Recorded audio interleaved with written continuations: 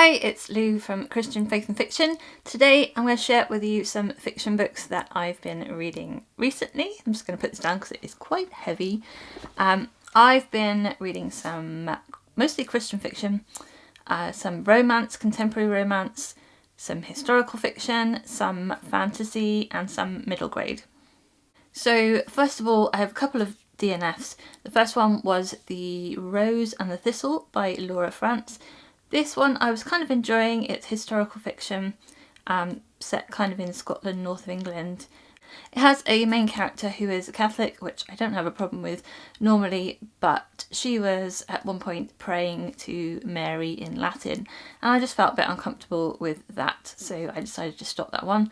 And then I tried reading One Wrong Move by Dani Pettrey, which I think is her newest book that she's got come out, and it's like romantic suspense, I think.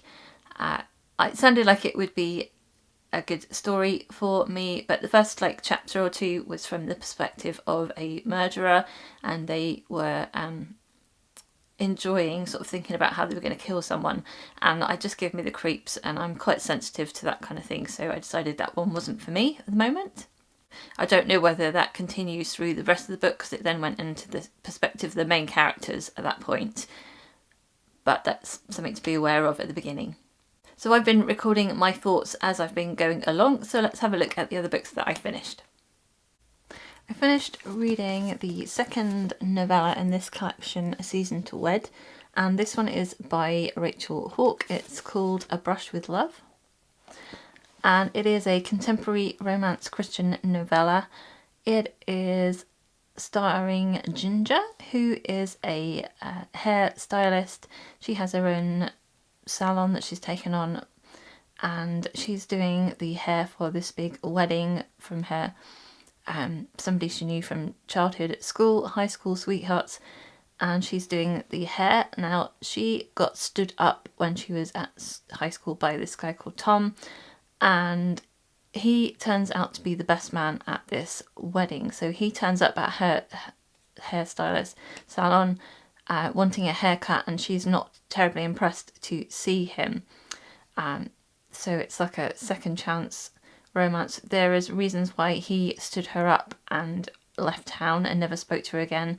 There are secrets about that. There are secrets about why Ginger, she has scars on her and feels like no one can ever love her or look at her like a beautiful bride. There are secrets about sort of how that came about. There was a lot going on. Considering it's only about 120 pages, something like that. There's a lot going on. There was a real faith journey as well. Tom is come back to town to be a pastor at a new church that he's setting up, and his father used to be a pastor, but then they left town very quickly. So there's all sorts of things going on in the background. There's things going on with the wedding that they are both involved in. I really enjoyed it, actually. Rachel Hauck is one of the writers who I usually do enjoy her romances. She managed to fit a lot into this novella, and there was character progression, there was a spiritual progression, there was romance, there was personal development and going through things. Some of it maybe a tiny bit rushed because of the space. There was so much fitted into it, but yeah, I really enjoyed it. There was quite a depth to this novella. So good faith content as well. So I would give it 9 out of 10 for story enjoyment and 3 out of 3 for Christian faith rating. I finished reading Bear Night by James R. Hannibal. This is book 2 in the Light Raider Academy series. It is a Christian fantasy series for young adults, and actually I really enjoyed this one. I will probably give it 4 stars on Goodreads. The series is following a couple of characters, well, quite a few characters, who are discovering what Light Raiders do and what the Academy does. They encounter Light Raiders for the first time, and they are sort of learning about the world and the reality of the world. It's difficult to explain it without spoiling the first book. So this book is continuing on from that one, and In this one, that we've got some cadets who are training to become light raiders in an academy, and there is a lot of other stuff going on in the world as well. There is a lot of fighting going on, there's a lot of action, there's a lot of quests. There are people who need to be saved and rescued. There are enemies are like multiple different types of goblins and orcs, wraiths, dragons. There are animals. It is very much a fantasy book. It's not an entry-level fantasy series, I found. It sort of throws you in the deep end, and you have to sort of work out what's going on and who the characters are and where you are and that kind of thing.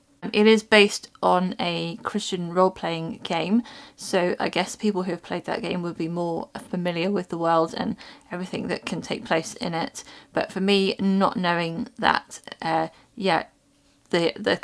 only criticism I have over the book is that it's a lot. There's like new fantasy elements being thrown at you every couple of chapters. You're just starting to get your head around what one thing is, and then it throws something else in. It takes quite a lot of effort to use your imagination to work out all the fantasy elements of it. It's definitely I don't know if you call it high fantasy, but definitely a very dense fantasy. It's very fantasy. I enjoyed all the quests. I enjoyed the different friendships there are. I liked that actually there's hardly any romance in these first two books. It's like hinted at, but practically nothing. So it's friendships and family relationships.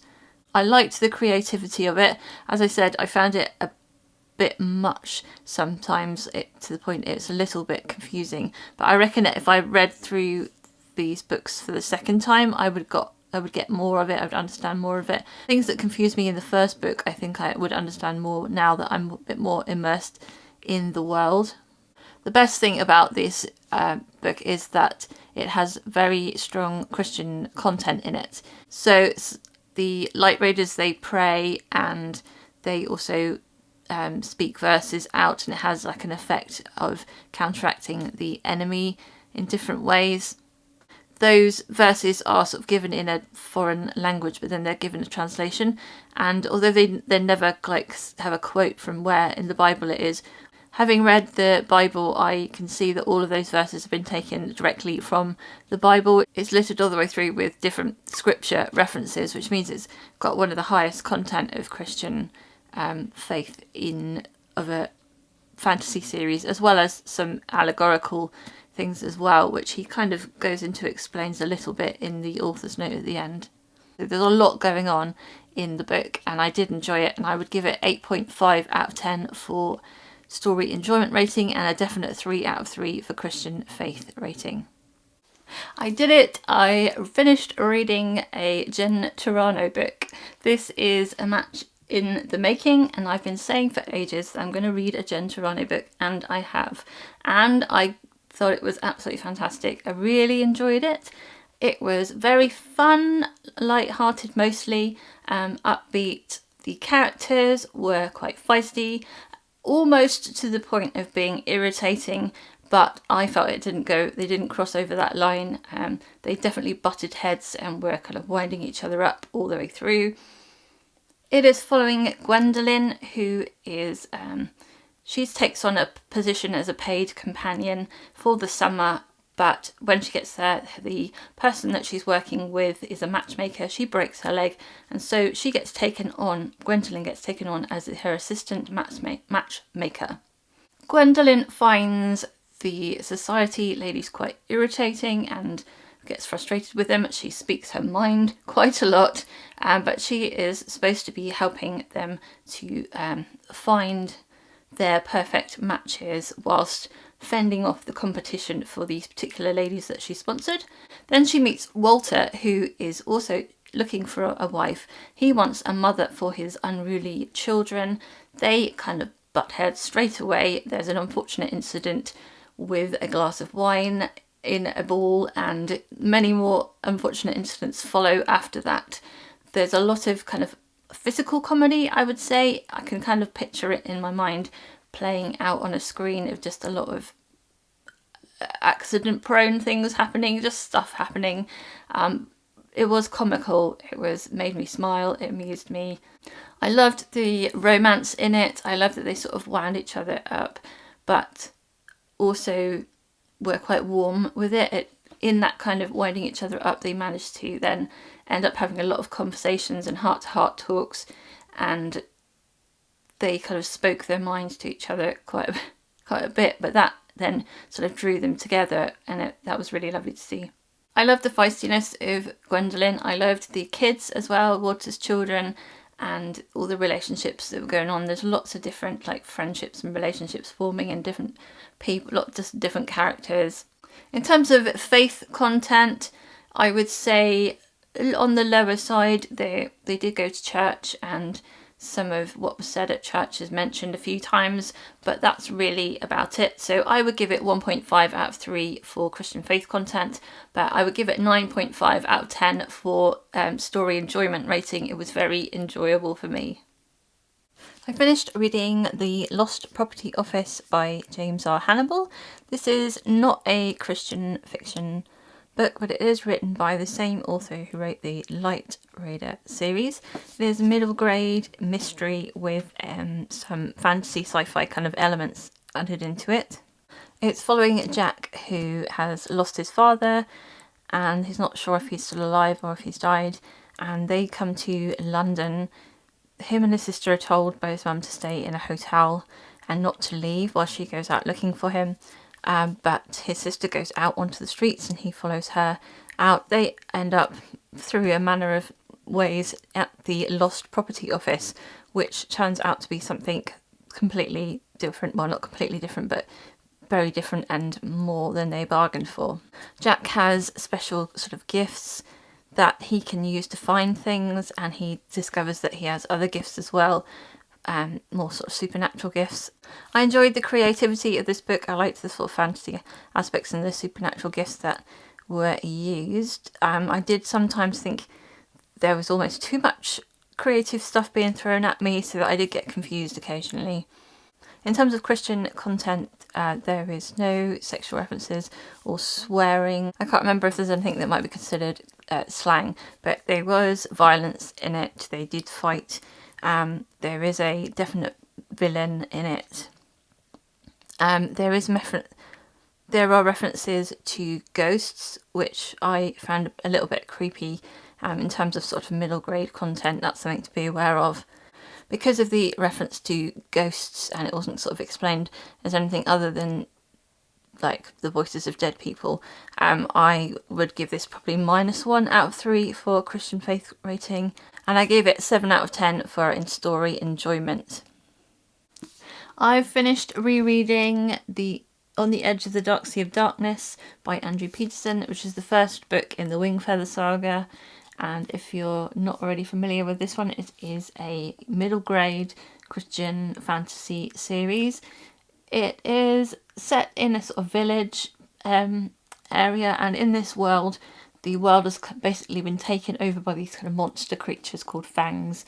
And the world for me always feels a bit like the Nazi-occupied Europe, where the Nazis had taken over, say, France or the Netherlands, and were kind of in charge and ruling, and could potentially do horrible things to people, but people's lives were still sort of going on as much as they could, but there was curfews, and there's this sort of black carriage that comes and carries off children every now and then and takes them away, a little bit like the taking away of the Jewish people in the Second World War. It is a really brilliant mix of that kind of darker world, because it is a darker world, and there is sort of on the edge of the seat scariness to it, but it mixes it in with loads and loads of humour and very eccentric characters, crazy creatures and monsters. Even the bad guys are a little bit eccentric. The main characters are all quite quirky and fun, and they're quite relatable as well for the very main character is like 12 years old, so and then he's got 2 younger siblings. and a grandfather and a mother, and the father has died. They're quite a close-knit family. The daughter has to use a crutch because one of her legs is doesn't work properly. Absolutely loved listening to it again. I listened to the audiobook this time and I wasn't sure how it would translate in, like, has footnotes and things in the book, but the footnotes on the audiobook, I laughed out loud at them. Just, it was so funny. I know humour is like very personal, so not everybody laughs at the same thing that I would, but yeah, just very silly, very eccentric, but also got that balance of the more darker world as well. So absolutely loved it.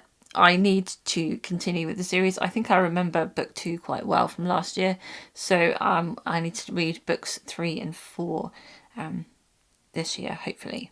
So I give it 10 out of 10 for this reread, and 1 out of 3 for Christian faith rating. There is like Christian faith parallels going on with like their the god they believe in is called the Maker, and there's like a mention of the equivalent of Adam and Eve, which I won't say because it just made me laugh, that one. But yeah, it's got sort of parallels with the Christian faith in this book. I think I remember there was a bit more in the second book of faith, but this one I would say 1 out of 3. I finished reading Serving Up a Sweetheart by Cheryl Wyatt.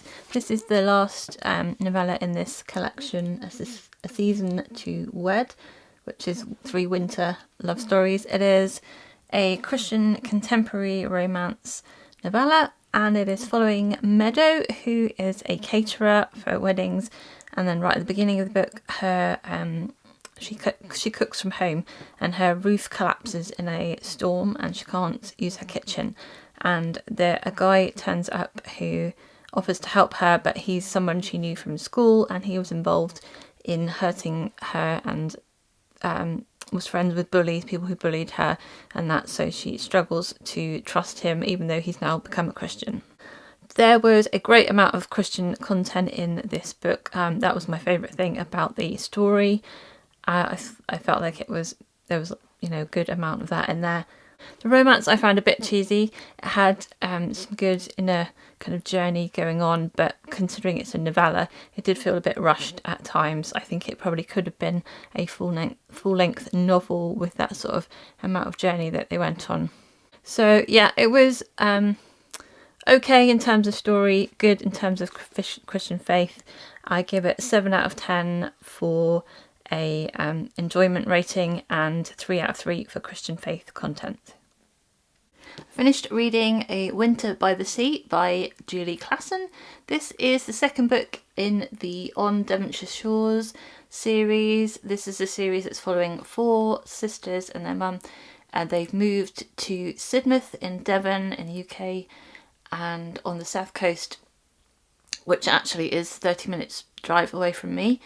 So I'm very familiar with the area, and they are setting up a guest house because when their father died, their estate was entailed to somebody else, and so they were left needing to provide for themselves. So they moved in that first book to Sidmouth. In this book, it's sort of winter time, over Christmas and into the winter, and they are still taking in guests. Some of the royal family, Duke and Duchess and a baby queen, would-be Queen Victoria, move into the area, and some of their staff come and live at the guest house.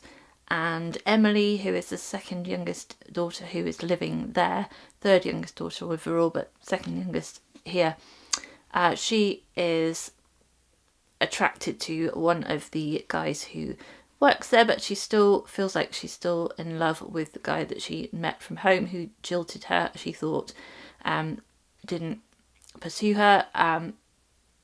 So she's sort of torn between the two. She's also wanting to be a novelist and an author, and so she's trying to get local booksellers to take on her books that she's writing and she wants to do. So it's mostly following her, but it's also following the other 3 sisters as well in different parts of the story.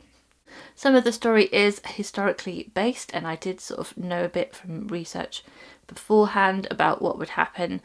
So yeah, that was quite interesting. The author's note at the end sort of says what she took from reality and what she's added into it or changed to fit with the story. I loved being back in Symboth again. Obviously, it's somewhere that I feel very close to because it is close to me. And I love the characters again. I felt like I liked this book better than the first book. In the first book, the first half of that book is sort of introducing the characters. As always in her books, I find the first half of the book is very character-based, getting to know the characters, where they've come from, how they got there, some of their secrets. And the second half has more action in it, in the plot. This one I felt like I didn't get bored at any point. I felt like it was interesting. It is a sort of slower, sedate pace through the book, but I actually got to the end and still wanted to continue, and even it's like 430 pages I think long, but I still was happy to be in that world. I found it heartwarming. I found it a joy to read. There is a love triangle in this one, but I felt like it was justified and the ending was what I wanted it to be. So yeah, happy with that one. So I would give this book 9 out of 10 for story enjoyment rating and 2 out of 3 for Christian faith rating. The characters are obviously Christian and that is a part of it, but not the main plot. I finished reading A Cloak of Scarlet by Melanie Dickerson. This, I think, is book 5 in the Derricott Tales. It is medieval YA Christian romance, and it is a retelling or reimagining of Little Red Riding Hood. The story is following Violet, who goes to see her grandmother and finds that the local baron has been taking money from her as a kind of protection tax and has took all of her money away, and she gets really angry. She wants to do something about it. She goes to write to the king, but she gets herself into trouble with the baron, and so the baron sends one of the knights who's working there to go and collect her. And so she meets Sir Merrick through that. It is a romance. It has action and it has quite a bit of faith content in there as well, which was good. I have sort of a mixed reaction to it. Some bits I really enjoyed and some bits I found quite cheesy. Some of the dialogue I found it's been written in a way that is quite formal and how somebody might imagine people in medieval times to talk. At times it made it seem sort of stilted and a bit unnatural, and so yeah, it seemed a bit sort of cheesy to me at times. But there were lots of other times when I enjoyed the plot and the story, and as I say, it had good faith content in there. The characters were Christians and they were referring to God and some of the things the priests taught them and praying and that kind of thing. So I kind of give it an in-between rating for story enjoyment of 7 out of 10 and 3 out of 3 for Christian faith rating. So those were the fiction books that I've read recently. Let me know in the comments if you've read any of those books and you had the same thoughts as me, different thoughts as me. I'd love to hear your thoughts. And also let me know your favourite Christian fiction book that you've read recently. Alright, I hope you have a great reading week. I pray that God blesses you and your family this week. And until next time, bye!